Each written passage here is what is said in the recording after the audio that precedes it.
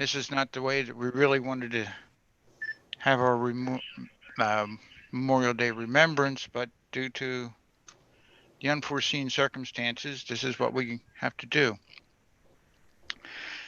Over the last century, more than 620,000 young Americans have given their life for our country.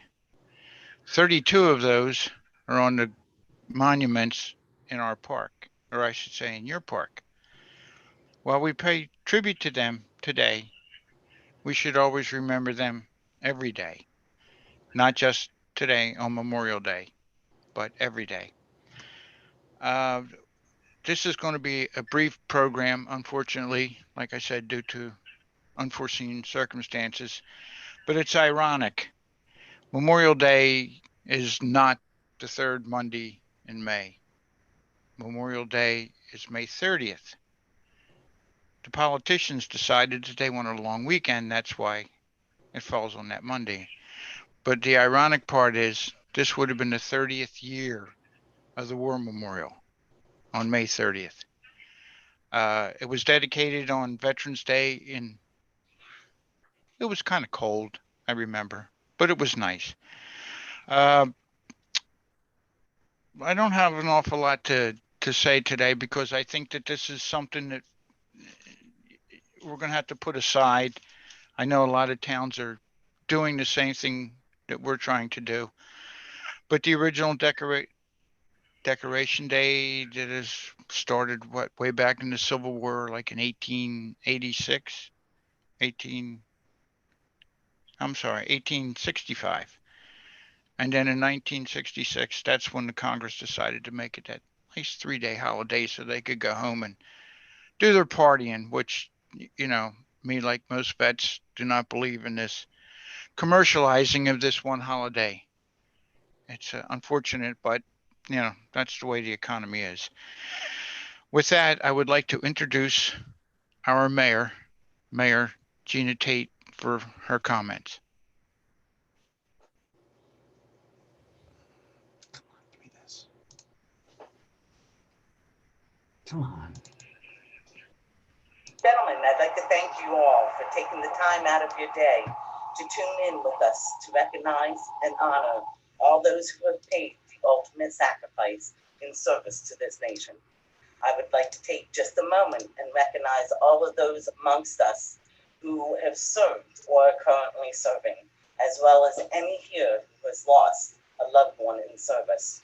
We are humbled by your sacrifice, as we know they are great, and we commend the demonstrations of courage and strength that you have no doubt shown throughout the most difficult of times. I would encourage you to get to know those stories within your own communities. I think you would be amazed at the stories of true valor you will find. We are able to be here today largely thanks to those who are not.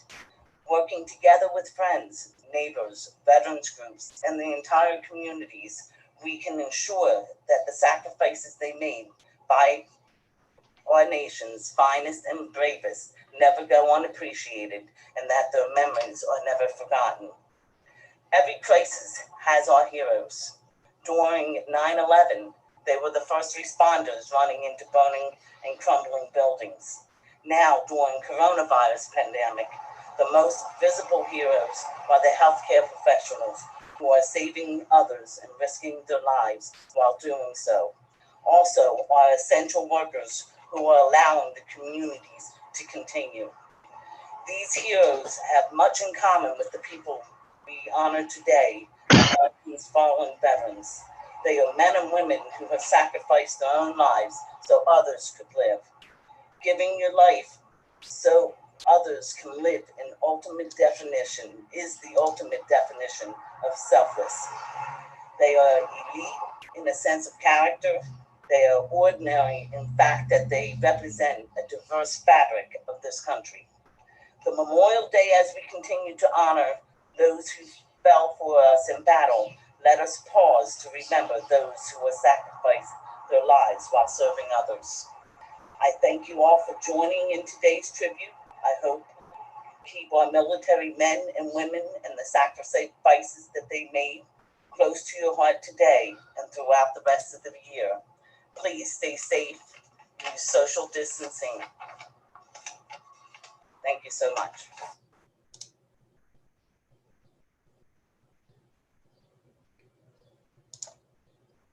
Come on, what the? Unmute Tom. I did.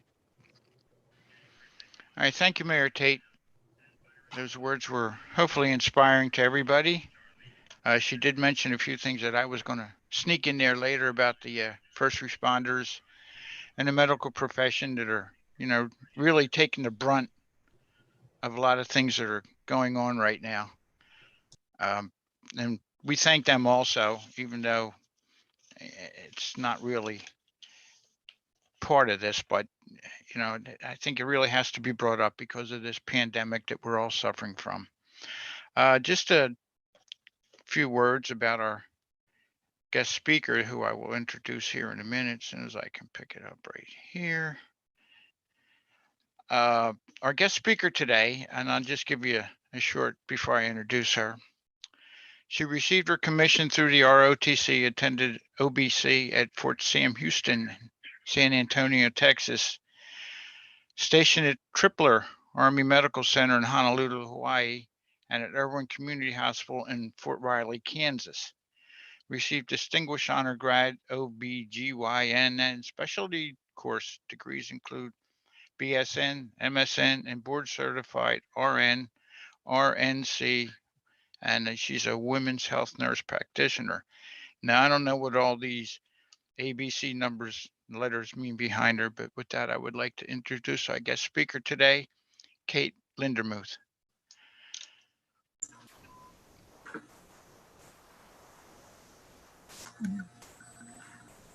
Hi, my name is Tait Lindemuth, and I'm proud to say that I had the honor of serving in the United States Army. My military career began when I was commissioned as a second lieutenant, and I also received my my BSN, my Bachelor of Science in Nursing, on the same day. I served on active duty, and I was had the honor of being an Army nurse, and I got to meet a lot of different people, make a lot of friends, and I had a lot of interesting experiences. One of the most fun thing is that I got to go to Hawaii, and I met my husband, and we got married, and I was also promoted to first lieutenant. During my time in the Army, I got to meet a lot of different people. I got to do a lot of different experiences, and never thought in a million years I would have been able to rappel Australian style, or fire a weapon, or wear mop gear, or any of that other stuff. But my time in the service has taught me discipline, and also determination and a sense of accomplishment. But today is more of a day to reflect on the people who have made the ultimate sacrifice, people who served in wars, sacrificed a lot of time, missed a lot of milestones, and people who have made the ultimate sacrifice in defending the liberties of our nation. I did have a couple of people in my family who did serve in the military. My grandfather was in the Navy, and he was in the invasion of Normandy, and he missed the birth of my dad while he was away doing his time in Normandy. I think for the first several months after my dad was born, he didn't even know if he was a boy or a girl. And then my mom, I have a second cousin on my mom's side who died before I was born, and he died in Vietnam, and he was a helicopter pilot. So these guys, I would say, are more people that you would want to remember on a day like today, who gave their lives and their time and missed a lot of things in their lives, defending the liberties of our nation and giving the people the freedom to make the choices that they make today. And I would like to take time to more so honor them. Thank you for having me today, and I really appreciate you giving me the opportunity to speak with you.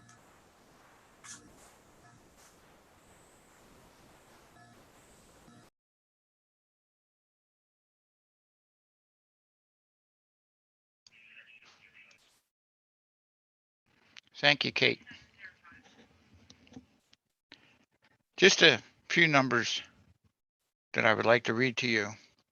And we talk about those who have gone before us in the last century or more. Last count in Iraq and Afghanistan was well over 6,000. The Gulf War included in that. Vietnam, you're looking at close to 59,000. World War I, 406,000. World War II, approximately the same amount, a little over 400,000.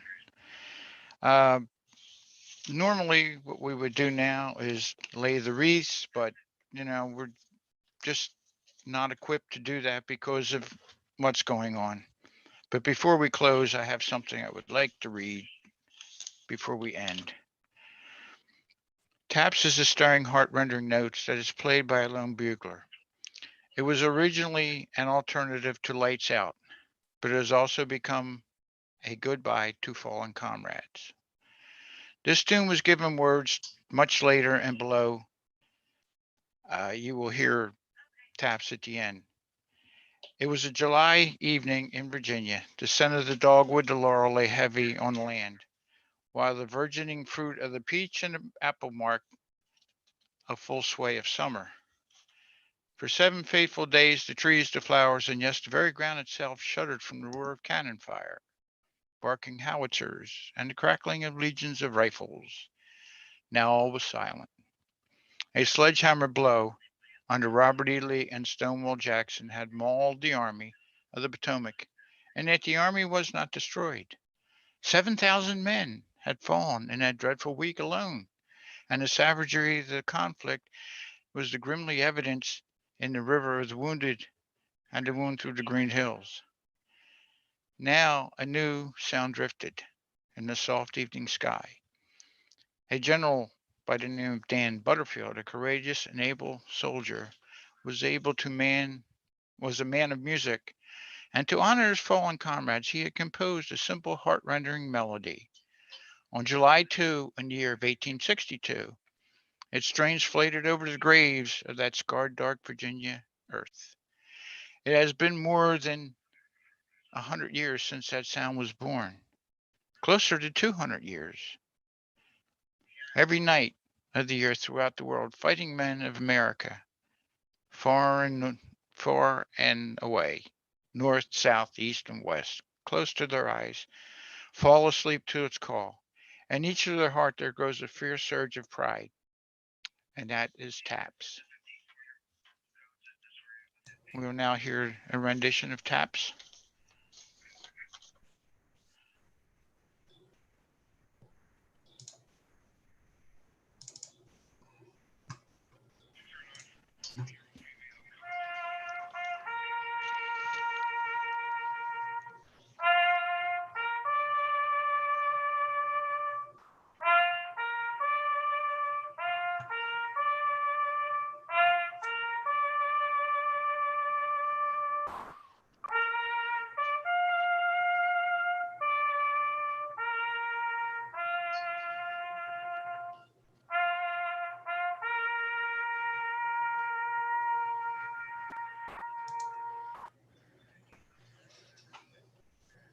All right, before I would close, I would like to thank Adam Nowicki for all his efforts in trying to put this together. I know it's not the way that we wanted to commemorate Memorial Day, but like I said before, with everything that's going on, my final thoughts are be safe, wash your hands, keep your distances, and hopefully that this will end shortly. Thank you and have a very good day.